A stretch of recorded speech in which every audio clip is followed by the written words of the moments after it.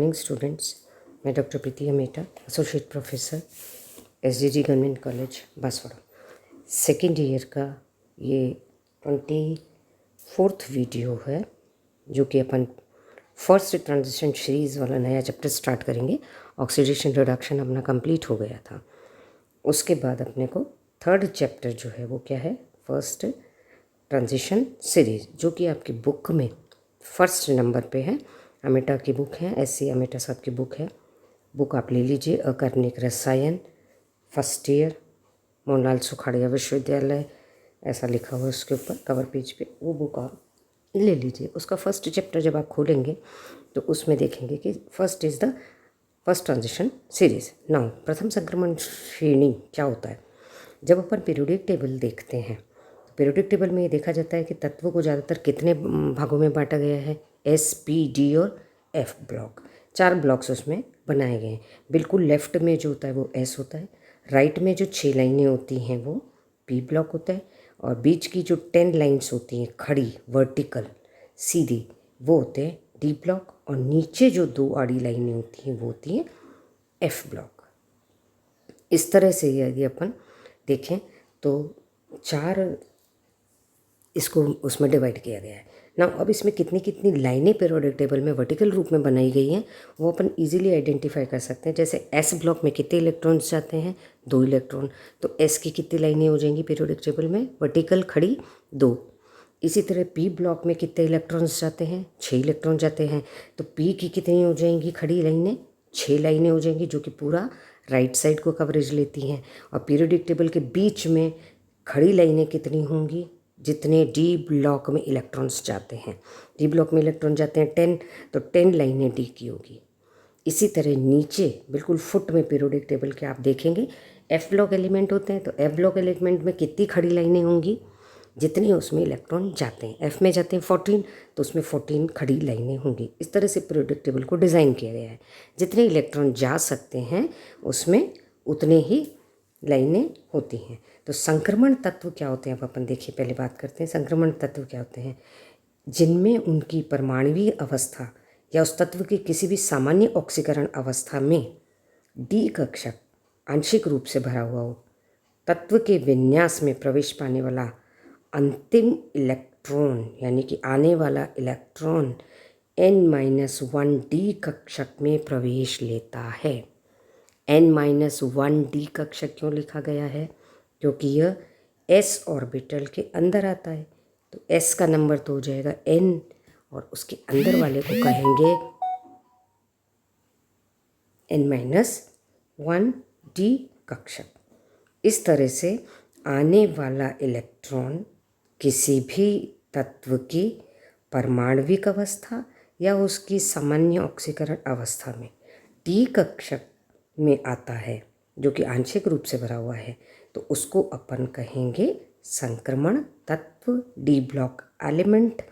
और इसको संक्रमण इसलिए भी कहा जाता है क्योंकि इसके जो गुण होते हैं वो एस और पी ब्लॉक के गुणों से के बीच के गुण होते हैं, इसलिए इसको ट्रांजिशन फेज या ट्रांजिशन कहा जाता है। तो इस तरह से जो तत्व होते हैं सारे, इनको क्या कहा जाता है? D block elements. नाउ चूँकि इन तत्वों में एक के बाद एक कुल 10 इलेक्ट्रॉन n-1 डी कक्षक में प्रवेश करते हैं, इसी आधार पर इन्हें डी ब्लॉक भी कहा जाता है, क्योंकि सभी डी में आ रहे हैं। Chromium, copper, niobium, molybdenum, ruthenium, rhodium, palladium, silver and platinum और गोल्ड, इन सबको छोड़ करके शेष सभी डी ब्लॉक तत्वों में ns कक्षक जो हैं वो पूर्ण भरे होते हैं, यानी कि बाहर वाला कक्षक पूर्ण भरा होता है। ns2 कहलाता है वो, उसका कॉन्फ़िगरेशन क्या हो जाएगा? ns2। किस किस में नहीं होता है? Chromium, copper, niobium, molybdenum, ruthenium, rhodium, palladium, silver, platinum और गोल्ड, इन इतने छोड़ करके बाकी सभी में जो ns कक्षक है वो ns2 कॉन्फ़िगरेशन वाला होता है। इन तत्वों के संयोजी कक्ष का विन्यास क्या हो जाएगा? अब इनको जो इनका जनरल इलेक्ट्रॉनिक कॉन्फ़िगरेशन क्या कहलाएगा? n-1 d1 ns2 क्या कहलाएगा? n-1 d1 ns2। वर्ग थर्ड B3 से N-1 D10 वर्ग 2B12 तक परिवर्तित होता है। यानी कि अपन यूँ कह सकते हैं इसको N-1 D1 to 10 और NS2, ये इसका जनरल फार्मूला हो जाता है। इसी तरह सेकंड A के 2 और थर्ड A के 13 वर्ग के बीच में, और ये सभी जो वर्ग बताए हैं ये भी इसी ब्लॉक के सदस्य माने जाते हैं। देखिए, संक्रमण तत्व कहलाने का इनका पहला कारण ये है कि ये तत्व आवर्त सारणी के वर्ग 2A2 व 3A13 अर्थात S और P ब्लॉक के बीच में स्थित होते हैं तथा S व P ब्लॉक के तत्वों के बीच की योजक कड़ी है, यानी कि उन दोनों के बीच की ट्रांजिशन स्टेट है दाईं और बाईं के बीच में, और उनकी जो गुण होते हैं जो कि एक्सट्रीम्स पे होते हैं S और P के, ये जो डी ब्लॉक है उनके बीच के गुणों को, मध्यवर्ती गुणों को दर्शाते हैं, अतः इनको ट्रांजिशन कहा जाता है। जैसे कि एस ब्लॉक में सेकेंडरी 2 के अन्य तत्व जो हैं बहुत ज़्यादा विद्युत धनी होते हैं। यदि अपन इनकी बात करें एस ब्लॉक की, 100% इसमें पॉजिटिव होता है, विद्युत धनी होते हैं। इसी तरह पी की बात करेंगे तो बहुत ज़्यादा विद्युत ऋणी होगा, जबकि बीच के तत्व जो होते हैं वो ज़्यादातर क्या होता है, पहले वाले आयोनिक बनाएंगे, दूसरे सहसंयोजक बंध बनाए, जबकि संक्रमण तत्व इन वर्गों के तत्वों के मध्य स्थित हैं। उपरोक्त गुणों में मध्यवर्ती गुण दर्शाते हैं, अर्थात ना तो ज़्यादा विद्युत धनी होते हैं, न ज़्यादा विद्युत ऋणी होते हैं, न आयनिक बंध बनाते हैं, न सहसंयोजक बंध बनाते हैं। इसमें नया कोऑर्डिनेट बॉन्ड बनता है, उपसहसंयोजक बॉन्ड, जो कि न पूरा सहसंयोजक होता है न पूरा आयोनिक होता है। क्योंकि समस्त डी ब्लॉक तत्व अक्रियाशील धातु हैं, ये बहुत ज़्यादा क्रिया नहीं करते हैं। ये तत्व एस ब्लॉक से पी ब्लॉक तत्वों को आवर्त सारणी में गमन करने पर उन तत्वों के बीच आए क्रमिक परिवर्तन या संक्रमण को निरूपित करते हैं। वही चीज़ हो गई कि यदि जैसे अपन कई बार रिएक्शन में देखते हैं कि रिएक्टेंट से प्रोडक्ट बन रहा है, लेकिन उसकी बीच की एक स्टेज भी बनती है जिसको अपन किसी ट्रांजिशन स्टेट या संक्रमण स्थिति कहते हैं, अवस्था कहते हैं। इसी तरह पीरियोडिक टेबल में एस और पी के जो एक्सट्रीम गुण हैं उनके बीच की जो गुण हैं ज़्यादातर वो डी ब्लॉक में पाए जाते हैं, तो इनको संक्रमण तत्व कहा जाता है। ये क्वेश्चन बनता भी है इस पे एक लाइन का कि why they are called transition elements, क्योंकि इनमें एस और पी के जो एक्सट्रीम्स गुण हैं उनके बीच के मध्यवर्ती गुण पाए जाते हैं। एग्जाम्पल आप इसमें दे सकते हो, आयोनिक और सहसंयोजक, और इसके बीच का क्या पाया जाएगा, उपसहसंयोजक होता है। इसमें न विद्युत धनी होते न पूरे विद्युत ऋणी होते हैं, मध्यवर्ती होते हैं। इस तरह से आप उसका एक छोटा सा आंसर लिख सकते हैं। अब इसकी परिभाषा के अनुसार क्या हो जाएगा, वे सभी तत्व डी ब्लॉक या संक्रमण तत्व कहलाते हैं जिनके परमाणु अथवा आयन के इलेक्ट्रॉनिक विन्यास में डी कक्षक अपूर्ण हों। क्लियर, सिंपल सी डेफिनेशन है कि जिसमें भी डी कक्षक जो होंगे वो पूरे भरे हुए नहीं होंगे, अपूर्ण होंगे, वो क्या कहलाएंगे, डी ब्लॉक तत्व कहलाते हैं। इसके हिसाब से कुछ इसमें अलग हैं, जैसे कि अभी पीछे बता दिया गया था आपको, क्रोमियम, कॉपर, नायोबियम, इनमें NH2 फुल भरा रहता है। अब देखिए, जिंक, कैडमियम और मरकरी इस श्रेणी में नहीं आते। इस श्रेणी में क्या नहीं आते हैं, जिंक, कैडमियम और मरकरी। क्यों नहीं आते हैं जिंक, कैडमियम और मरकरी, क्योंकि इनका डी ब्लॉक कक्षक, इस परिभाषा के अनुसार की बात कर रहे हैं अपन, क्योंकि इसमें डी ब्लॉक जो होता है वो पूरा 10 होता है, D10, और आने वाला जो इलेक्ट्रॉन है बाहर के S ऑर्बिटल में जाता है। पर चूँकि इसमें लास्ट S और D ही काम में आते हैं, तो ये मैक्सिमम गुण जो है वो डी ब्लॉक के अकॉर्डिंग ही शो करते हैं। ये तत्व डी ब्लॉक तत्वों के गुण भी नहीं दर्शाते, अतः परिमेय वर्गीकरण बनाए रखने के लिए इन्हें कुछ वैज्ञानिक डी ब्लॉक में तत्व मानते हैं। कुछ इसको डी में मानते हैं क्योंकि अपने को डी में कम से कम कितने इकट्ठे करने, 10, क्योंकि 10 इलेक्ट्रॉन डी में जाते हैं, और ये पी के गुण भी नहीं दर्शाते हैं, इसलिए इनको डी ब्लॉक की तरफ रख लिया जाता है। इसी तरह कॉपर, सिल्वर और गोल्ड, इसमें अभी देखेंगे तो परमाणु अवस्था में डी कक्षक पूर्ण भरे हुए हैं, किंतु उनकी सामान्य ऑक्सीकरण अवस्था में डी कक्षक अपूर्ण होते हैं। तो इस तरह से यदि अपन देखेंगे तो बहुत कुछ एलिमेंट्स ऐसे हैं जिनमें कि ये डेफिनेशन फिट नहीं होती है। वी कांट से कि उनकी जो प्रॉपर्टीज़ है वो डी ब्लॉक जैसी बिल्कुल नहीं है। उनकी जो प्रॉपर्टीज़ हैं वो डी ब्लॉक जैसी ही का कुछ होती हैं, पर इनमें ये डेफिनेशन जो कि आने वाला अंतिम इलेक्ट्रॉन डी में नहीं जाएगा, वो डेफिनेशन फिट नहीं होती। इस वजह से इनको थोड़ा सा अलग कर दिया जाता है। अब अपन इलेक्ट्रॉनिक कॉन्फ़िगरेशन के बारे में बात कर लेते हैं। देखिए इलेक्ट्रॉनिक कॉन्फ़िगरेशन कैसा होता है कि zinc, cadmium, mercury, copper plus, silver plus और स्कैंडियम प्लस 3 ये संक्रमण तत्वों की श्रेणी में नहीं आते हैं, लेकिन इनको डी ब्लॉक तत्वों का दर्जा जरूर दिया गया है क्योंकि ये एस और पी ब्लॉक के तत्वों के मध्य स्थित हैं। डी ब्लॉक में प्रथम, द्वितीय व तृतीय श्रेणी के तत्वों में 3D, 4D, 5D कक्षाओं में इलेक्ट्रॉन भरे जाते हैं। कितनी हो गई इसकी सीरीज? प्रथम, द्वितीय और तृतीय, 3 सीरीज आड़ी।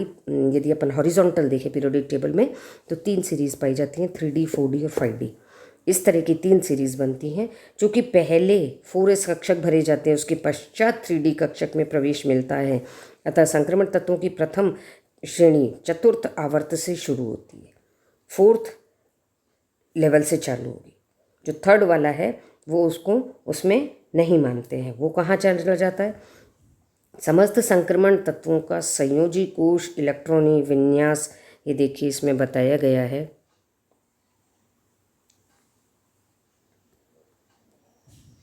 इसमें आप देख रहे हैं कि किस तरह से इसमें इलेक्ट्रॉनिक कॉन्फ़िगरेशन बताया गया है।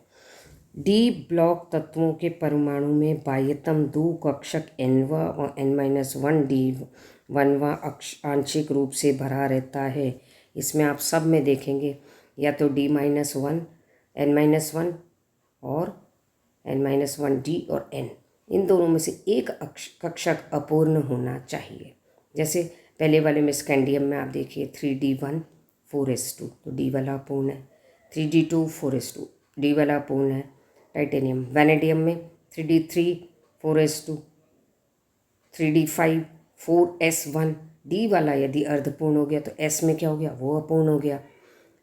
इसमें देखिए 5 और 2 मैंगनीज में, आयरन में हो जाएगा 6 और 2, ये भी D अपूर्ण है। कोबाल्ट में हो जाएगा 7 और 2, ये भी अपूर्ण है।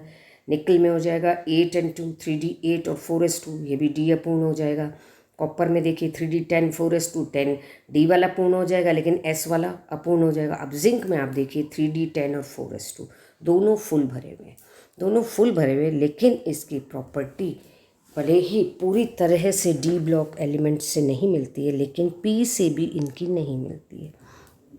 और जो इनका अंतिम इलेक्ट्रॉन है वो S में आया है 4s2 में, लेकिन ये गुण जो दर्शाते हैं, और इसको चूँकि इसमें 10 के कॉलम में इसको रखा जाता है और इसकी प्लेस जो है एटॉमिक नंबर के हिसाब से इस जगह पे आती है, अतः इसको डी ब्लॉक में डाला गया है।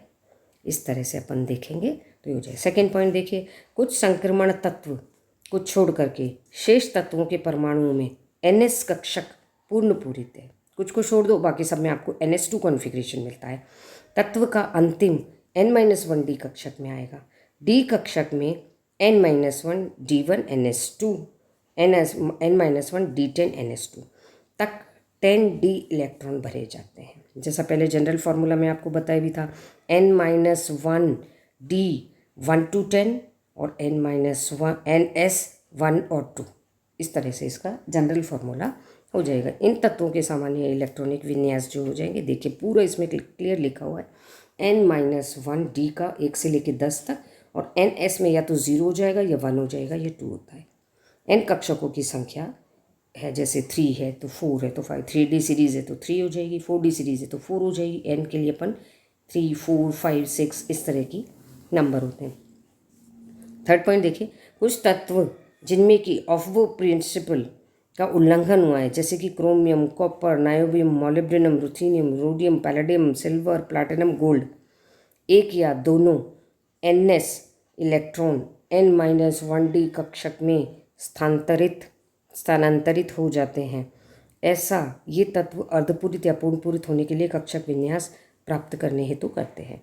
क्योंकि अर्धपूरित पूर्णपूरित ये ज़्यादा स्थापित होते हैं, अतः इसमें ऑफबो प्रिंसिपल जो है वो फेल हो जाता है।